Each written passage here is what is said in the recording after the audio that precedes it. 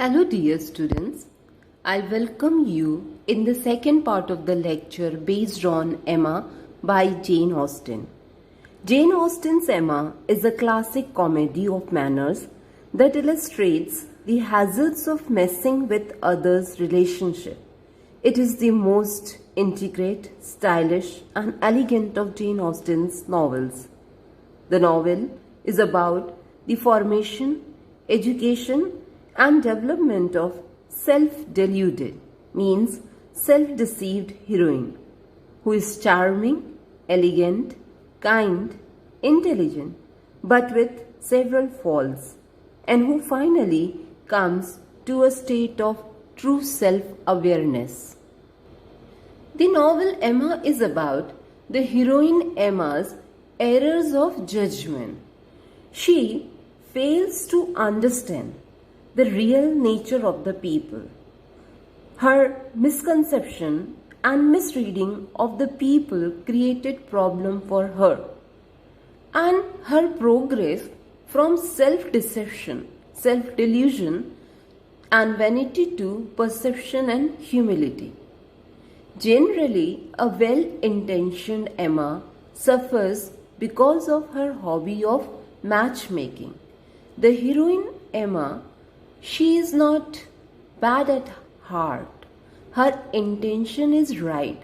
She wanted to help the people. But because of lack of her far-sightedness, wisdom, she, rather than helping, creating troubles in the life of the people. The novel is essentially a story of how this heroine, whom Jane Austen says no one will like, she matures from a clever young woman to a more modest and considerate woman, able to accept the idea of love, and at the end she wins our heart by her modesty, by her humility, and by her understanding of the intricacies of the life and the nature of the people. At first, Walter Scott, in his 1816 review, celebrates the novel for the spirit and originality of its sketches of everyday life. Jane Austen actually writes about day-to-day life of upper class of early 19th century. Unlike the writers of her age who are writing about Gothic novels or who are writing romance novel, something away from the real world. But what is great in her, that is her treatment, the way she has treated this everyday life with trenchant and vigorous observation and meticulous detail. Austen has presented the quiet day-to-day country life of the upper middle class English society, for which she has been praised. A.C. Bradley, in his 1911 lecture at Newnham College, Cambridge, ranked Emma as a comedy unsurpassed among novels. The technique which she uses, or the genre which she uses, that is comedy. So everyday life is been revealed through comedy. Novel Emma is a comical book. Jane Austen here projects using comical, lighter, satirical, ironical but sympathetic tone, and through it she is presenting the conception, perception and misconceptions of the characters. Jane Austen in this novel created distinctive style by combining parody, burlesque, irony, realism and free indirect speech or free indirect discourse, where the thoughts and the words of characters are mixed with the voice of the narrator. It is because of the free indirect discourse which she has used here, she has been praised. John Mullen argues that the novel Emma belongs alongside the works of Flaubert, Joyce and Woolf as one of the great experimental novels.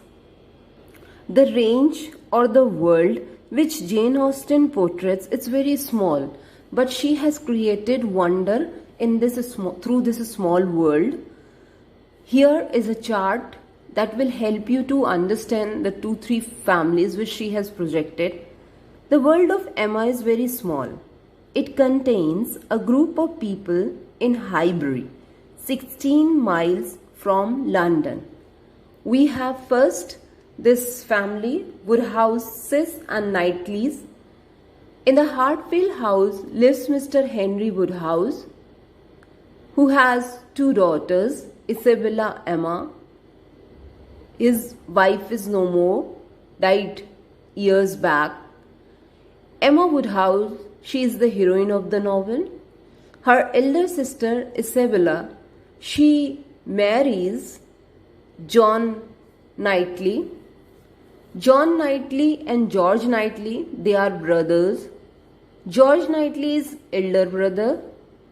George Knightley is the hero of the novel, who possesses certain excellent qualities and weds the heroine at the end.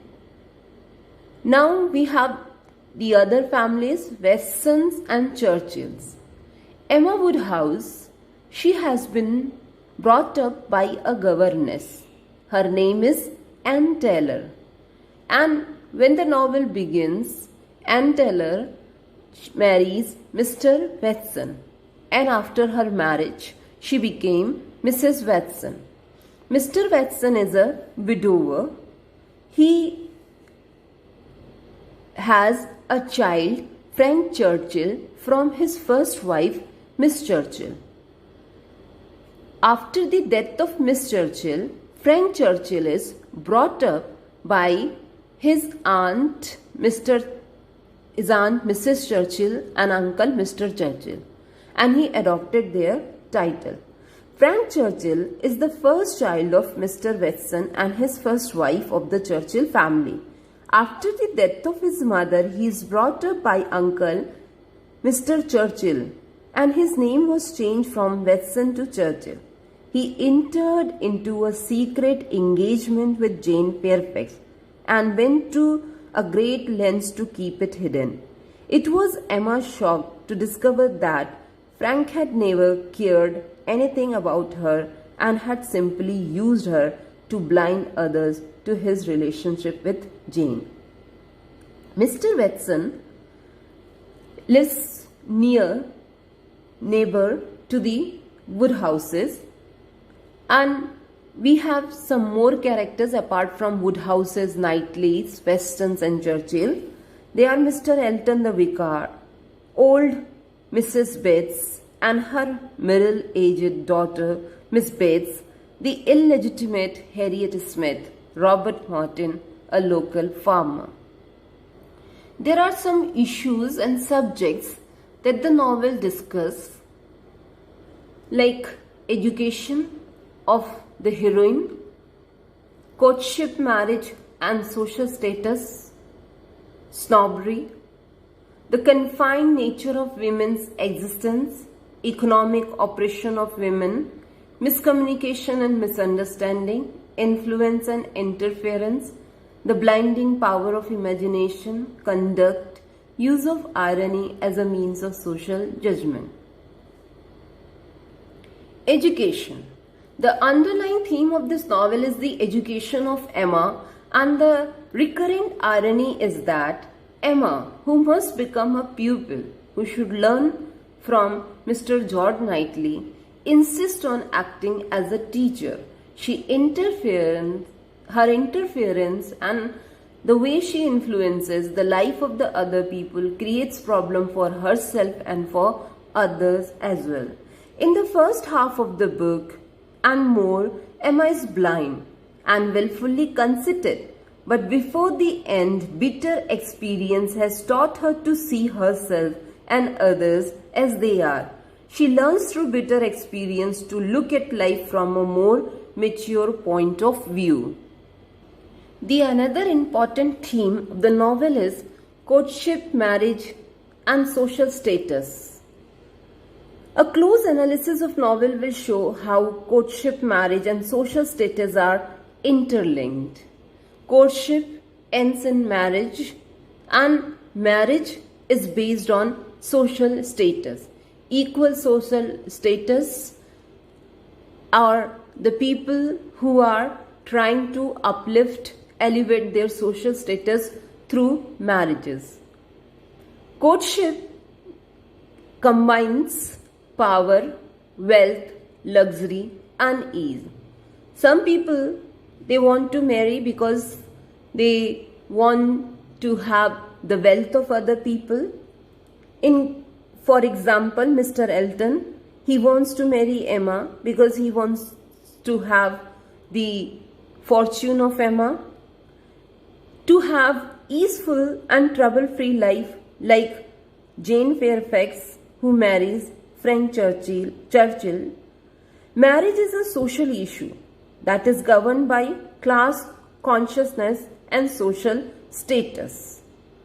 That begins with courtship. Courtship is the period when people have a romantic relationship with the intention of getting married. Indeed, the plot of the novel is wholly structured around interlocking sets of courtships. This interlocking courtships function as interconnecting rings that are expanding. All the conflicts in the novel revolve around characters striving to find appropriate matches. Robert Martin, the farmer, he quotes Harriet Smith. Both of them, they like each other, but it is because of the influence and intervention of Emma, this marriage initially was not been taken place. Mr. Elton, he quotes Emma. Emma quotes Mr. Elton on behalf of Harriet. Frank Churchill quotes Jane Fairfax, and apparently he shows as if he loves Emma. Mr. Elton and Mrs. Elton quote each other. Emma quotes, though lightly, albeit it only lightly, Frank Churchill. Jane Fairfax quotes Frank Churchill. Harriet Smith quotes nearly everyone. First Robert Martin, and with the influence of Emma, she quotes Mr. Elton, and Emma believes that she quotes Frank Churchill, but actually she is in love with Mr. Knightley. Finally, Mr. Knightley quotes Emma and Emma quotes Mr. Knightley. Although this courtship seems very simple, but it is based on social status. Mr. Elton is shocked at Emma's assumption that he would accept the illegitimate Harriet as his wife, and Emma is appalled that Elton considers himself her equal. So Emma, she takes Elton's proposal as social assault. How the person of lower status can propose Emma? Emma thinks like that. Mr. Elton hopes to catch Emma as a bride that will elevate him socially and financially. Emma hopes to catch Mr. Elton for Harriet Smith to elevate her. Both find themselves insulted and silenced by the other's presumption. The game of courtship among Emma, Harriet, and Mr. Elton then produces the novel's first case, a case of mistaken identity. Jane Fairfax. She accepts Frank Churchill. Jane Fairfax, an elegant, accomplished lady. Then why she accepted Frank Churchill? Because she has not other alternative. She has to become a poor governess otherwise if she is not going to settle through her marriage. So marriage is a very important aspect in the life of the poor woman that provides them shelter, security and freedom from dull and dreary life of a spinsterhood or of life of a governess. And Frank Churchill, who is engaged but who can't show his affair is afraid of his aunt, so he pretends he flirts Emma. The issue of the position of women in the society of the time is shown through Jane Fairfax. She is an unprovided woman with no prospects in life beyond those of earning her livelihood as a governess and passing her hard-earned holiday with her aunt Miss Betts. It is her horror of this alternative that is to become a governess if she fails to be the wife of a reputable man. So what she did, she decided to marry Frank Churchill. So through Jane Fairfax, the plight, the suffering of the unprovided woman is been revealed. Then we have the another governess, lady from many years who is working in Woodhouse family. So she is a paid friend for Emma. Mr. Weston was a wealthy man, so Miss Taylor was able to transcend classes from governess to a married gentlewoman. So through this marriage, Miss Taylor saves her life from the daily life of a governess. Emma Woodhouse accepts the middle-aged Mr. Knightley, near about 17 years senior to him, when it becomes clear that the number of eligible young men in Highbury has dwindled. And this marriage is also based on social status. Both are having the equal social status. By marrying Mr. Knightley, Emma becomes the first lady of Highbury. Courtship leads to marriage, and marriage is dependent upon social status. How marriage plays a vital role in maintaining or changing the social status, Austen is pointing out in this novel. She presents marriage as a fundamental aspect of society during the time period. Whether the emphasis is upon marriage greed, Mr. Elton who wants to marry Emma because of greed, or upon marriage snobbery, or upon the marriage of the true minds, Harriet and Robert Martin, or upon marriage as an ordeal, Emma's marriage to Mr. Knightley, the fact remains marriage constitute a leading theme in the novel. The novel begins with Miss Taylor's marriage to Mr. Watson and ends with 3 marriages. Emma is thus structured around a number of marriages. All the time, the plot and story revolve around some recently consummated marriage or an anticipated marriage. Through marriage, she is pointing out the snobbery related with class, related with social status. Marriage and social status go in hand. They are interlinked. Different social status marriage creates problem. For example, take the case of Mr. Watson. He married Miss Churchill. She was from a higher social class. She was unable to adjust to his lower standard of living, and the marriage was ultimately an unhappy one. Frank should keep his engagement to poor Jane a secret because his wealthy aunt will disapprove a marriage with an unprovided girl, Jane Fairfax. So, social status and marriage is interconnected. She actually is not highlighting the social status, Jane Austen, rather she is criticizing it. In Austen's time, social status was determined by a combination of family background, to which family the person belongs, his or her reputation, and wealth. If by birth a person is not having higher social status, then by wealth one can have this thing. And marriage was one of the main channels through which one could have the possibilities of changing his or her social status. One can elevate one's social status through the marriage.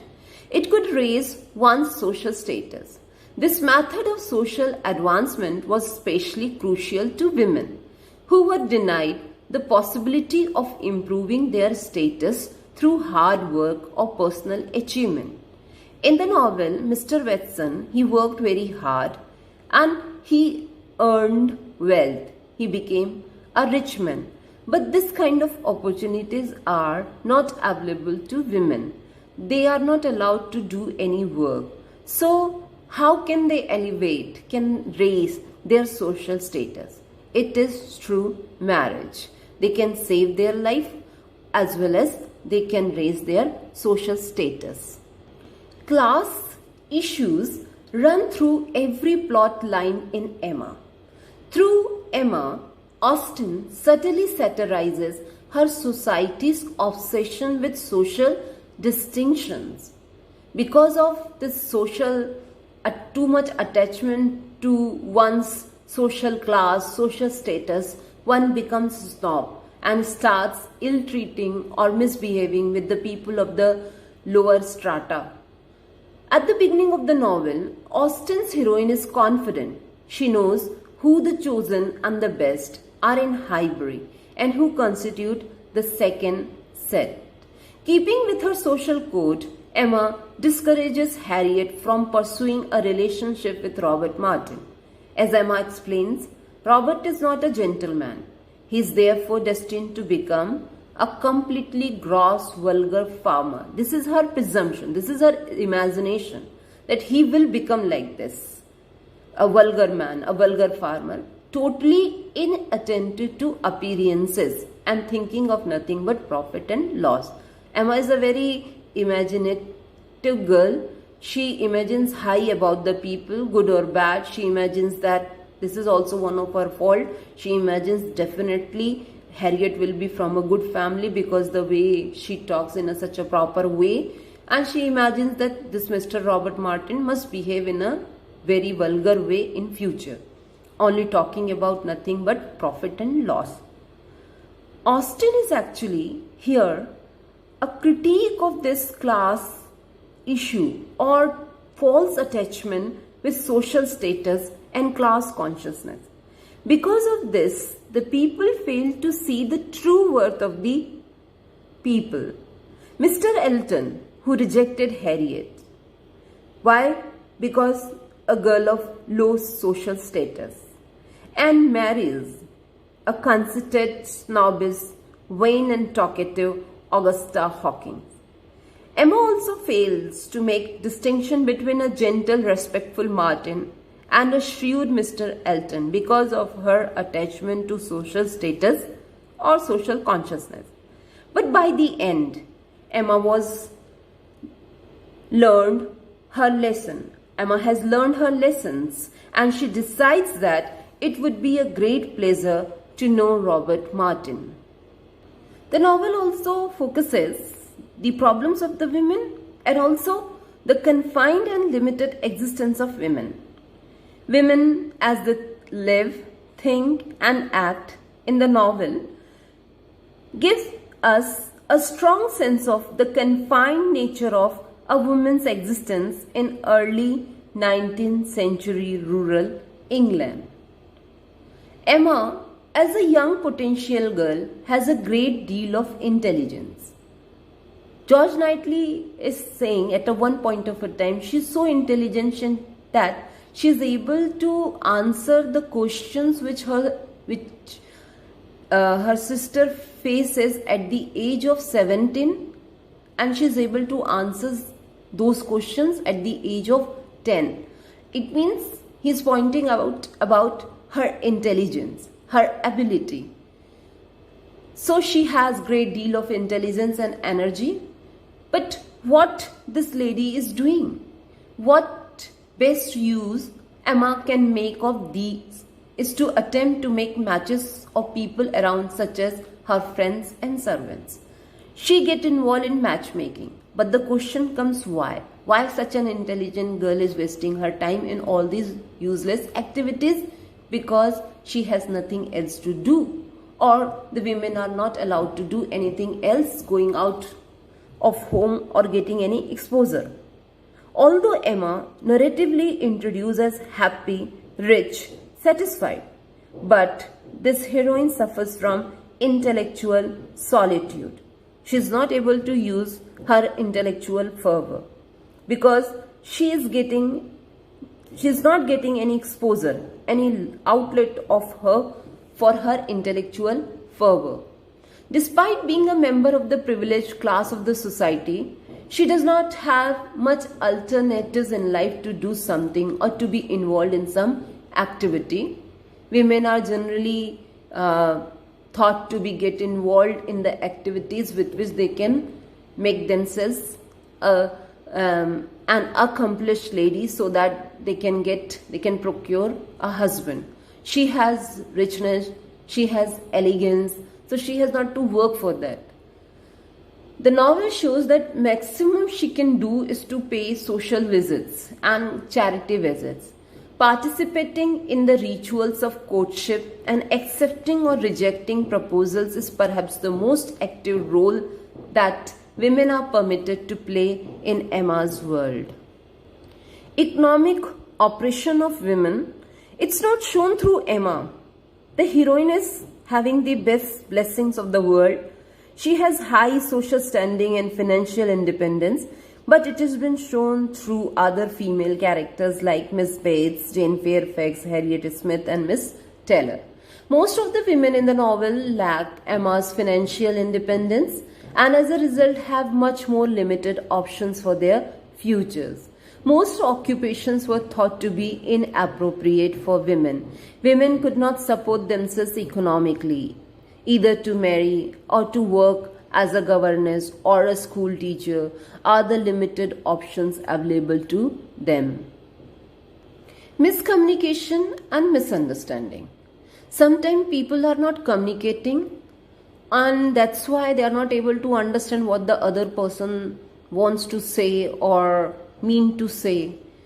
So misconception has been created because of lack of communication or miscommunication. Many of the major conflicts in the novel are a direct result of miscommunication between characters. One major example is Mr. Elton's courtship of Emma, during which Emma assumes that Mr. Elton is actually courting Harriet Smith. This misconception goes a long way in the novel.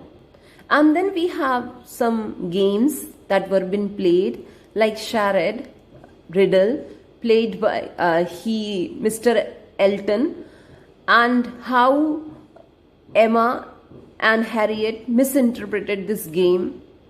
The word was courtship. Emma thinks that this has been used for Harriet, but Mr. Elton was using courtship for Emma. And the word game that was been played by Frank Churchill. So he's using the word blunder, Knightley, Harriet, Jane Fairfax, and all of them they understood in a different way. So if there is not proper communication or less communication, the people fail to understand the meanings, the perception of the other people, misconception arises, and then this misconception creates another kind of problem. So I have talked till now some issues, subjects which the novel is talking about. The novel is has been praised because of the use of the indirect discourse.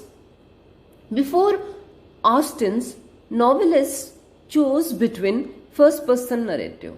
First-person narrative means the narrator is the character in the novel and telling us what is going on in his or her mind, narrating his own story, letting us into the mind, and this first person narrative helps us, that leads us into the mind of a character. But we are limited to his or her understanding. The another point of view is third person narrative. Third person narrative is like a god, like a omniscient narrator who knows about everything, about issues, places, the characters, and then telling us this thing, but making them pieces in an authorial game. Austen, what is her contribution? She miraculously combined the internal and the external, third person and the first person narrative. This had never happened before.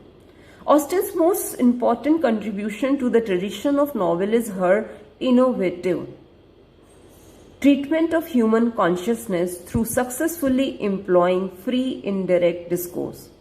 Some critics located it among novels such as James Joyce, Ulysses, Virginia Woolf, Mrs. Dalloway's. Austen herself described the novel's subject. That's not very great. It's just related with two families in a country village. That is an ideal subject for any novel. In terms of its subject matter, Emma was by no means a revolutionary novel. Before Austen, but it is a revolutionary because she has used a different way of projecting the characters. She treats her central characters at once objectively and subjectively through the voices of the narrator and through the character itself. Before Austen, novelists generally use either first person or third person narration to tell their stories. Austen combined the two styles. From the outset, Austen characterizes Emma as a self-deluded young woman. Austen's style of narration allows the reader to share in Emma's delusion. We are peeping deep insight into the mind of Emma, and then what's lying there or what is her misconception, we are connected with it because of the first person narrative or free indirect discourse which she has used. Here is one quotation from the text. The longer she, means Emma, considered it, she is just thinking about how the marriage between Mr. Elton and Miss Harriet Smith will bring happiness in the life of Miss Harriet, what she will get after this marriage. The longer she considered it, the greater was her sense of expediency. Mr. Elton's situation was more suitable, quite the gentleman himself, and without low connections, at the same time not of any family that could fairly object to the doubtful birth of Harriet.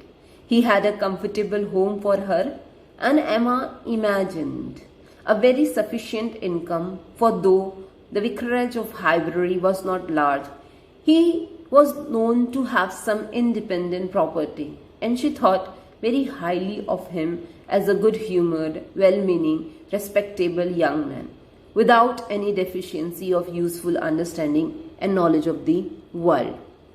Austen here evokes Emma's consciousness through a type of subjective narration called free indirect discourse.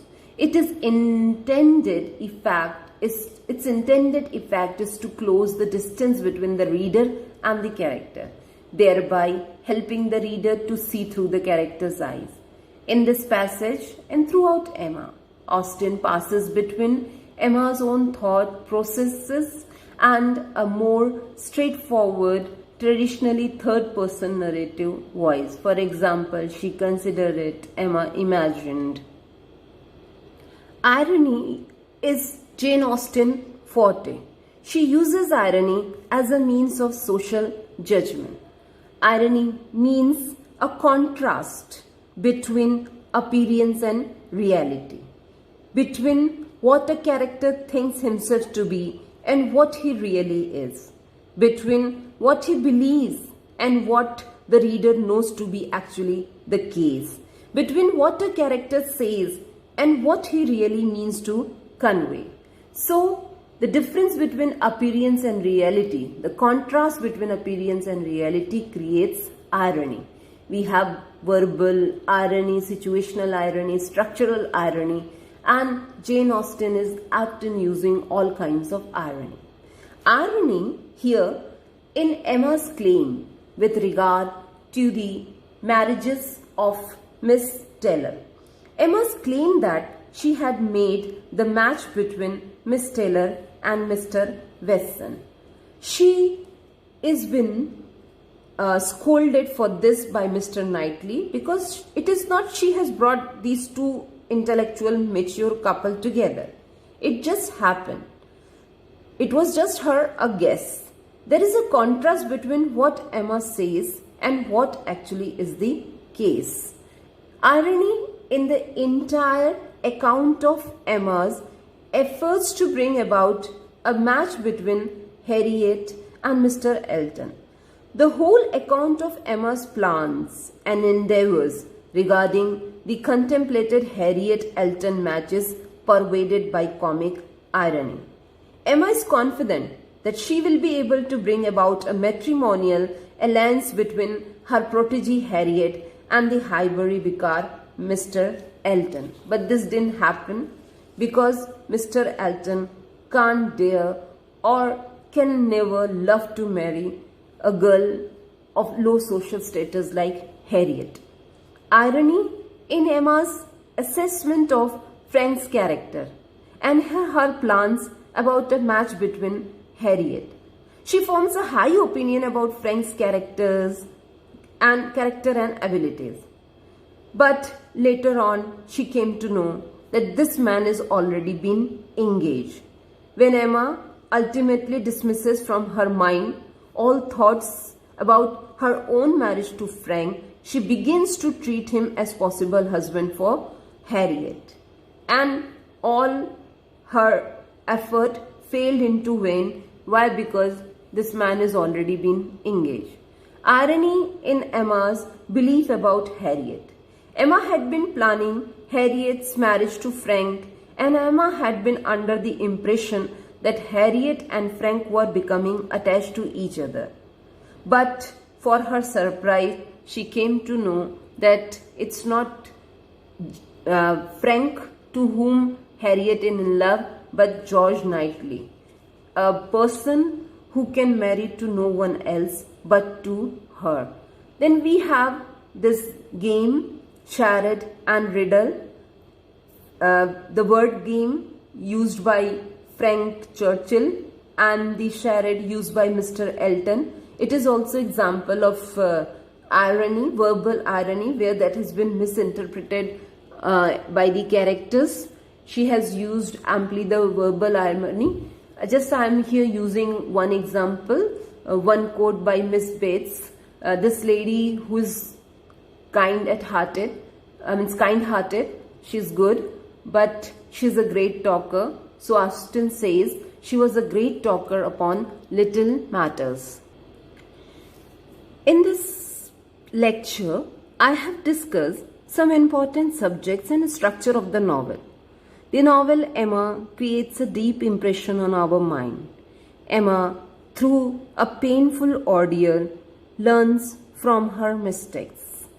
We readers are nearer to Emma, and Emma is nearer to human nature. So Emma could be a great help in improving our faulty nature. Thank you.